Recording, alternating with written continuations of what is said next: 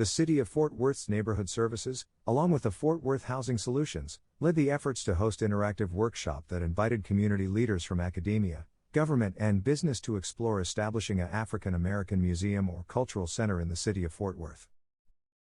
The proposed center's aim will be to provide an opportunity to explore African American culture and history and its impact on the city of Fort Worth and North Texas. Visitors to the proposed center will be able to discover how African American society, leadership, and culture shaped and influenced the development of the region. Over the course of 4 days, the panelists interviewed area leaders representing area museums, foundations, civic groups, businesses, and faith-based community, to gather feedback on potential project.